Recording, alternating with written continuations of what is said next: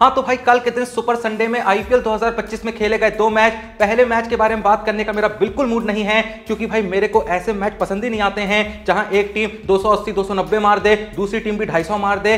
भाई ऐसे मैच का मजा ही क्या है जहां पे सिर्फ भाई बल्लेबाजी हो रही हो, गेंदबाजी में कुछ रखा ही ना हो। मेरे को पता है कैसे मैचेस देखने मजा आता है, जहां एक टीम ने पहले बैटिंग करते हुए 180-190 मारे हो, दूसरी टीम आए मस्त भाई स्पिन हो रही हो, थोड़ी बहुत स्विंग हो, अच्छी खासी पेस बॉलिंग हो रही हो। एक मतलब कॉम्पिटिटिव क्रिकेट होता है ना भाई, अगर वो देखने को ना मिले तो फिर भाई मैच देखने का मजा ही क्या है। अब जैसे कि अगर हम बात करें कल के एल क्लासिको मैच की जो खेला गया था सीएसके और एमआई के बीच, भले ही वो मैच सीएसके बहुत ही आसानी से जीत सकती थी, लेकिन उसके बावजूद भी जिस तरीके से बैट और बॉल के बीच में मुकाबला देखने को मिला भाई कसम से मजा आ गया। और कल के दिन ये जो मैच रहा ये आईपीएल 2025 का पहला कॉम्पिटिटिव मैच रहा, क्योंकि भाई जो सबसे पहला मैच हुआ था आरसीबी और केकेआर का, वहां आरसीबी ने बहुत ही आसानी से केकेआर को हरा दिया था। और दूसरा मैच जो एसआरएच और आरआर के बीच हुआ वो 2 कौड़ी का मैच मेरे को लगा, पता नहीं भाई तुमको कैसा लगा। हाँ वो अलग बात है कि मैंने ही भाई एसआरएच के लिए बार बार कहा था कि ये वो टीम है जो भाई इस आईपीएल में 300 मार ही देगी, लेकिन भाई मैं चाहता नहीं था कि ये टीम 300 मारे, क्योंकि टी20 में 300 रन यूं मजाक में पड़ने लगेंगे तो भाई टी20 की इज्जत क्या रह जाएगी, और उससे भी बड़ी बात यह है कि बॉलरों की इज्जत क्या रह जाएगी। लेकिन जैसा मैंने अभी अभी कहा कि कल के दिन हमको आईपीएल 2025 का पहला रोमांचक पहला कॉम्पिटिटिव मैच देखने को मिला, जहां एक पल पे ऐसा लग रहा था कि मुंबई भी इस मैच को खींच सकती है। हाँ ऐसा लगने के पीछे बहुत हद तक जो सीएसके की बैटिंग लाइनअप की नाकाबिलियत थी उसका बहुत बड़ा योगदान था, क्योंकि भाई जिस तरीके से पहले 10 ओवर में सीएसके को शुरुआत मिली थी, भाई 9 ओवर के बाद तो इनको 66 बॉलों पे 64 रन चाहिए थे, 6 से भी नीचे रिक्वायर्ड आ चुका था। लेकिन उसके बाद जो इनकी बैटिंग ने हगा है ना, कसम से भाई आने वाले मैचेस के लिए सीएसके को परेशान होना चाहिए, सोच विचार करना चाहिए कि वो इस बैटिंग लाइनअप के साथ आगे के मैचेस जीत सकते हैं। भाई अगर किसी मैच में गायकवाड़ नहीं चले ना या फिर रविंद्र नहीं चले तो भाई सीएसके के तो लग गए। बाकी भाई देखो कल का मैच तो मुंबई इंडियंस को हारना ही था, क्योंकि मुंबई इंडियंस की हिस्ट्री ऐसी रही है कि पहला मैच तो हारते ही हारते हैं। पिछले 13 सीजन से ये भाई आईपीएल का ओपनर मैच जीते ही नहीं हैं, लेकिन इसका मतलब ये मत समझना कि मुंबई इंडियंस की परफॉर्मेंस पूरे सीजन में ऐसे ही रहने वाली है।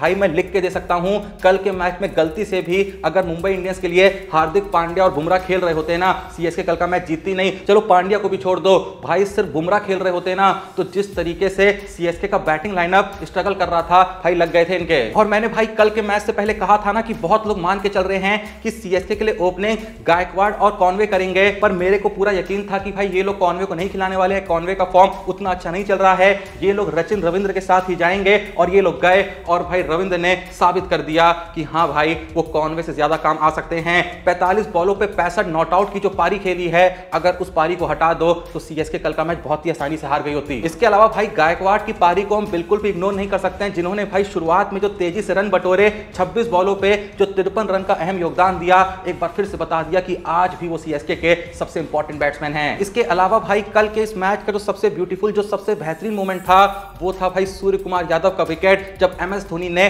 मात्र 0.12 सेकंड में स्टंपिंग कर दी। भाई समझ में नहीं आता है कि आज भी ये बंदा इतनी तेजी से स्टंपिंग करता कैसे है। भाई बंदे का हाथ पीछे नहीं जाता है, जहां से बॉल कलेक्ट करी धड़। अपनी आंखें खोल और गौर से देख तू कहां और किसके सामने खड़ा है। यहां बात सिर्फ एक बार समझाई जाती है बस। हमने सुना तो बहुत है कि भाई चढ़ती उम्र के साथ जो रिफ्लेक्सेस है वो कमजोर हो जाते हैं, लेकिन भाई इसके रिफ्लेक्सेस कमजोर क्यों नहीं हो रहे हैं। बाकी भाई कल के मैच में हमको सिर्फ धोनी की विकेट कीपिंग के ही दर्शन नहीं हुए, बल्कि भाई उनकी बैटिंग के भी दर्शन हुए। हाँ भाई जिस तरीके से सीएसके के बैट्समैनों ने बैटिंग करी, भाई ये लोग ठान के बैठे थे कि इतने लोग भाई सीएसके का मैच देखने आए हैं, तो बिना इन लोगों को धोनी के दर्शन दिए आखिर मैदान से कैसे रवाना कर सकते हैं। तो धोनी भाई बैटिंग के लिए आए और कमाल का 0 रन का योगदान दिया और सीएसके को विजेता बना दिया। तू साला भोला दिखता है लेकिन है एकदम होशियार हो। पर कल के मैच में भाई जो सीएसके का सबसे बड़ा तुरुप का इक्का रहा वो थे नन अदर देन नूर अहमद, जिनको मेगा ऑक्शन में सीएसके ने पूरे 10 करोड़ में खरीदा था, और भाई मात्र 18 रन देके 4 विकेट लेके उन्होंने साबित कर दिया कि 10 करोड़ का एक एक पैसा जो है वो इस आईपीएल में सीएसके को वसूल करवाने वाले हैं। लेकिन भाई जहां नूर अहमद का जिक्र हो ही गया है, तो यहां पर मैं तुमको एक ऐसी बात बताने वाला हूं कि मैं गारंटी दे सकता हूं ये बात तुम में से 99% लोगों को पता ही नहीं होगी, पर वो देखने देखने से पहले भाई एक बात तुम बता ही दो कि क्या तुमने अभी तक दुनिया का सबसे बेहतरीन फैंटेसी ऐप चेकआउट नहीं करा है, जहां मैंने तुम्हें कहा था कि 11 नहीं भाई तुम 13 प्लेयर चुन सकते हो, जिससे जीतने की चांसेस तुम्हारी कई गुना बढ़ जाती हैं। हां, मैं बात कर रहा हूं इंडिया फैंटेसी के ऐप की, जहां पे जीतने की चांसेस तुम्हारी सबसे ज्यादा होती हैं। कितनी बार बताऊं भाई कि यहां पे डिपॉजिट पे कोई भी जीएसटी नहीं लगता है, ओपिनियन ट्रेडिंग यहां पे अवेलेबल है, सिर्फ यस या नो में जवाब देना है और भाई बड़े बड़े प्राइजेस को घर लेके जाना है। उसके अलावा एकदम लोवेस्ट कमीशन है, कंपटीशन एकदम ना के बराबर है, तो ऑटोमेटिकली जीतने की चांसेस फिर से और ज्यादा बढ़ जाती हैं। और भाई यहां पे इन्वेस्टमेंट लीडर बोर्ड है, सीरीज लीडर बोर्ड है, जहां पर भाई फर्स्ट प्राइज महिंद्रा थार है, सेकंड प्राइज टाटा हेरियर है, थर्ड प्राइज एप्पल का आईफोन है और उसके नीचे भी कई सारे प्राइजेस हैं, स्मार्टफोन हो गया, स्मार्ट टीवी हो गया, ईयरबड्स हो गए, बहुत कुछ है भाई। यहां पर कोई भी टीडीएस नहीं कटता है, यानी जितना भी अमाउंट जीतोगे पूरा का पूरा अमाउंट जो है तुम्हारे अकाउंट में आएगा। उसके अलावा भाई यहां पे 5000 का गिव अवे हो रहा है, यानी एक 0 रुपए का कॉन्टेस्ट है, कोई एंट्री फी नहीं है, सीधे भाई घुस सकते हो। अगर तुम्हारी टीम सही निकली 5000 रुपए तुम्हारे जेब में। और इनका भाई सबसे बेहतरीन फीचर तुम कैसे भूल सकते हो कि जैसे ही तुम डिस्क्रिप्शन या फिर पिन कमेंट में दिए हुए मेरे लिंक से इंडिया फैंटेसी के ऐप को डाउनलोड करते हो तो 250 रुपए का मुफ्त में वेलकम बोनस मिल जाता है, और अगर तुम ये ऐप किसी को रेफर कर रहे हो तो 300 रुपए का और रेफरल बोनस मिलता है। और उसका इस्तेमाल कहां करोगे भाई? Bonus and discount wallet contest है यहां पे, जहां पे 100% बोनस का इस्तेमाल होता है। यानी ये जो 250 का वेलकम बोनस मिलेगा या फिर किसी को रेफर करने के बाद तुमको 300 का रेफरल बोनस मिलेगा, उसका तुम पूरा इस्तेमाल करके इनके भाई bonus and discount wallet contest को ज्वाइन कर सकते हो। कोई भी पैसा जाएगा नहीं और बदले में इतने बड़े बड़े रिवॉर्ड्स मिलेंगे कि साला देखते देखते और गिनते गिनते थक जाओगे। और तो और यहां पर भाई एक कंफर्म कॉन्टेस्ट अवेलेबल है, जहां पे तुम्हारी जीतने की पूरी गारंटी होती है, यानी वहां पे आपको कंफर्म कोई ना कोई प्राइज मिलता ही मिलता है, जो कि भाई किसी और ऐप पे नहीं होता। एक तो भाई इनके में स्टार प्लेयर का फीचर है, जहां पे ना कोई कैप्टन चुनना है, ना कोई 11 प्लेयरों की फैंटेसी टीम बनानी है, ना कोई वाइस कैप्टन बनाना है, बस एक स्टार प्लेयर चुनना है। अगर भाई वो प्लेयर मैच में चल गया तो तुम्हारा प्रॉफिट ही प्रॉफिट। इसीलिए कह रहा हूं भाई, अब बिना एक सेकंड बर्बाद करे अभी के अभी डिस्क्रिप्शन में दिए हुए लिंक से इंडिया फैंटेसी ऐप को चेकआउट करो, आज के मैच के लिए फैंटेसी टीम बनाओ। भाई डाउनलोड करते ही कह तो रहा हूं 250 का वेलकम बोनस मिल जाएगा, उसका इस्तेमाल करके टीम बना लेना और भाई जब तक दिन का अंत होगा मस्त भाई प्राइस कमा लेना। इस खेल में आदत लगना या आर्थिक जोखिम संभव है, जिम्मेदारी से खेलें। हाँ, तो जैसा मैं कह रहा था कि कल के इस सीएसके वर्सेस एमआई के एल क्लासिको मैच के जो सबसे बड़े हीरो रहे सीएसके के लिए, वो गायकवाड भी थे, होने को रचिन रविंद्र भी थे, लेकिन जो सबसे बड़े हीरो रहे वो कोई और नहीं, नूर अहमद थे। अफगानिस्तान का स्पिनर सीएसके का सबसे बड़ा हीरो निकला, मात्र 18 रन देके भाई 4 विकेट लिए और भाई इतनी कमाल की बॉलिंग करा रहे थे, एक भी विकेट ऐसा नहीं था जो भाई जबरदस्ती मिल गया हो। एक एक विकेट भाई नूर अहमद ने अपनी बॉलिंग से खींचा था। और यहां पर भाई मैं तुमको याद दिलाना चाहूंगा कि आईपीएल 2025 के मेगा ऑक्शन में क्या हुआ था। जब सीएसके नूर अहमद के लिए बिडिंग कर रही थी तो 5 करोड़ पे बिडिंग खत्म हो गई थी, सीएसके इस बिडिंग को जीत गई थी, लेकिन तभी गुजरात टाइटंस ने राइट टू मैच का इस्तेमाल करा था। उन्होंने कहा था कि ठीक है, आपने 5 करोड़ तक की बिडिंग लगाई है, हम भी 5 करोड़ लगाएंगे और नूर अहमद को वापस अपनी टीम में लेके जाएंगे। लेकिन भाई सीएसके वाले नूर अहमद को लेने के लिए इतना ज्यादा श्योर थे कि उन्होंने सीधे बिडिंग को 5 करोड़ से बढ़ा दिया। उन्होंने कहा कि भाई 5 करोड़ पे भले ही बिडिंग रुक गई है, लेकिन हम नूर अहमद को 10 करोड़ में तक खरीदेंगे। सीधे भाई 5 करोड़ से बिडिंग को बढ़ाया और वहीं पे भाई खुला ऐलान कर दिया गुजरात टाइटंस वालों को कि अगर तुम्हें नूर अहमद को वापस लेके जाना है तो कम से कम 10 करोड़ रुपए खर्च करो। लेकिन भाई गुजरात ने कहा कि हम 10 करोड़ रुपए नहीं देने वाले हैं, हमें नहीं लगता कि नूर अहमद 10 करोड़ रुपए डिजर्व करते हैं।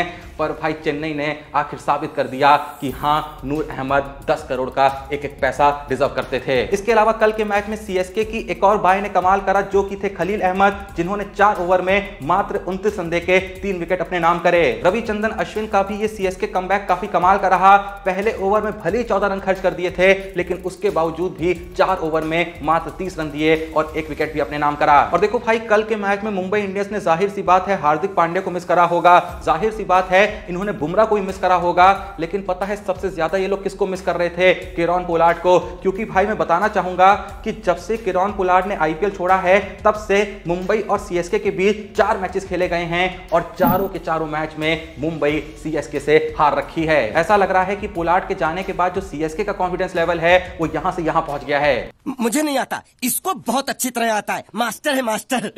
वैसे मिस करने से याद आया कि भाई मुंबई इंडियंस वाले ईशान किशन को बहुत मिस कर रहे होंगे। लंबे अरसे के बाद ऐसा हुआ था कि मुंबई इंडियंस ने ईशान किशन पे भरोसा नहीं टिकाया था और भाई भरोसा ना टिकाने का नतीजा यह हुआ कि ईशान किशन एसआरएच में गए और जाते ही उन्होंने आईपीएल की पहली सेंचुरी जड़ दी। इतने साल से मुंबई के लिए खेल रहे थे, बीच में एक आध टीमों के लिए और खेले थे, आज तक आईपीएल में एक भी सेंचुरी नहीं मारी थी और भाई जैसे ही एसआरएच में गए पहले ही मैच में 45 बॉल पे सेंचुरी जड़ दी कल के दिन। लेकिन भाई कल के मैच में एक दृश्य देखकर मेरा दिल टूट गया जब रोहित शर्मा डक पे पवेलियन लौट गए। देखो रोहित शर्मा 0 पे गए, इसका दुख तो हुआ ही, लेकिन दिल मेरा इस चीज से नहीं टूटा था। दिल मेरा तब टूटा जब मुंबई इंडियंस फील्डिंग के लिए आती है और रोहित शर्मा आते ही नहीं है। एज एन इंपैक्ट प्लेयर भाई उनको ही स्नब कर दिया जाता है, उनको ही हटा दिया जाता है। और भाई सबसे ज्यादा दुख मुझको इस बात का हो रहा था कि रोहित शर्मा मस्त भाई डगआउट में बैठे हैं और उनके चेहरे पे कुछ खास ऐसी चिंता नहीं नजर आ रही थी। ऐसा लग रहा था कि रोहित शर्मा ने कहीं ना कहीं मुंबई इंडियंस को अपनाना छोड़ दिया है। वो अब भी इस बात से बहुत दुखी हैं कि उनको यूं ही कप्तानी से हटा दिया गया, यूं ही पांड्या को नया कप्तान बना दिया गया। और भाई सच बताऊं तो रोहित शर्मा के कप्तानी से हटने के बाद जो मुंबई इंडियंस का अब तक हाल रहा है ना, उसे देख के तो यही लग रहा है कि मुंबई इंडियंस ने बहुत बड़ी गलती करी थी जब उन्होंने रोहित शर्मा को कैप्टनसी से हटाया था। और भाई रोहित शर्मा ये ट्रीटमेंट बिल्कुल भी डिजर्व नहीं करते थे। हाँ, कोहली ने भी कप्तानी छोड़ी है, धोनी ने भी सीएसके कप्तानी छोड़ी है, लेकिन भाई इज्जत से छोड़ी है। उन्होंने अपनी मर्जी से कप्तानी को छोड़ा था, पर रोहित शर्मा ने कप्तानी छोड़ी नहीं थी, उनको कप्तानी से हटाया गया था। और मुझे भाई पूरा यकीन है कि मुंबई इंडियंस आज अपने इस डिसीजन पे बहुत ही ज्यादा अफसोस करती होगी, क्योंकि भाई जब से उन्होंने रोहित शर्मा को कैप्टनसी से हटाया है तब से रोहित शर्मा अपनी कप्तानी में भारत को टी20 वर्ल्ड कप जितवा चुके हैं, चैंपियंस ट्रॉफी 2025 जितवा चुके हैं। और भाई देखो यहां पर तुमको एक बहुत ही सिंपल सी बात समझनी होगी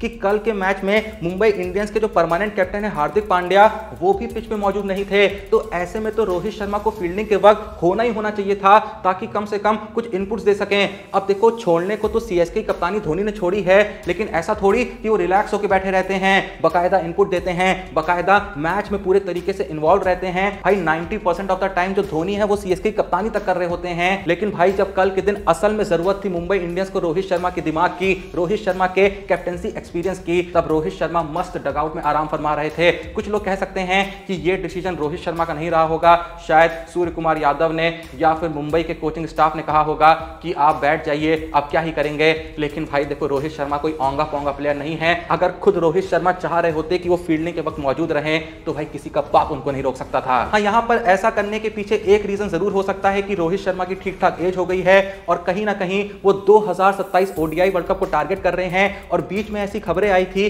कि बीसीसीआई जो है वो इस बात की पूरी निगरानी रखेगा कि भाई जो उनके मेन टीम के प्लेयर्स हैं उनकी फिटनेस पे कोई आंच ना आए, तो उसे देखते हुए ये डिसीजन लिया गया होगा। लेकिन भाई देखो ऐसे आईपीएल खेलने का फायदा ही क्या है जब आप टीम की जरूरत में काम ही ना आए। पता नहीं भाई इस बारे में तुम्हारा क्या ओपिनियन है, लेकिन मेरा तो यही सोचना है। तुम क्या सोचते हो कमेंट सेक्शन में बता देना। लेकिन भाई देखो भले ही रोहित शर्मा ने कल के दिन डक मारा, पर भाई देखो रोहित शर्मा कोई मैच खेल रहे हो और उस मैच में वो कोई रिकॉर्ड ना बनाए, ऐसा हो सकता है क्या? तो कल के दिन भी रोहित शर्मा ने रिकॉर्ड बनाया, लेकिन ये रिकॉर्ड जो है भूलने वाला रिकॉर्ड है। कल के दिन रोहित शर्मा ने आईपीएल में सबसे ज्यादा डक्स मारने का रिकॉर्ड बना लिया है। जी हां, टोटल आईपीएल में वो 18 बार 0 पे आउट हो चुके हैं। इस मामले में दिनेश कार्तिक और ग्लेन मैक्सवेल भी उनके साथ कंधे से कंधा मिला के खड़े हैं। कल के मैच में सभी सीएसके फैंस को इंतजार था उस मोमेंट का जब दीपक चहर मुंबई के लिए बॉलिंग करेंगे और सामने सीएसके के बैट्समैन बैटिंग कर रहे होंगे। ऐसा मोमेंट भाई क्रिएट भी होता है। इवन धोनी जब बैटिंग पे आते हैं तब भी दीपक चहर बार बार धोनी के पास आके उनको स्लेज करने की कोशिश कर रहे होते हैं। और भाई जैसे ही कल के दिन दीपक चहर ने राहुल त्रिपाठी का विकेट लिया, जिस तरीके से भाई उनका एग्रेशन बाहर निकला, ऐसा लग रहा था कि बंदा जो है वो सच में इस बात से कुछ ज्यादा ही भड़का हुआ है कि चेन्नई ने उन पे भरोसा नहीं टिकाया। वो अलग बात है कि मैच खत्म होने के बाद धोनी ने भी थोड़ा सा बदला लिया, भले ही मजाकिया अंदाज में, जब दीपक चहर को पवेलियन की तरफ जाते वक्त उन्होंने मजाक में 2 पिछवाड़े पे बल्ले लगा दिए।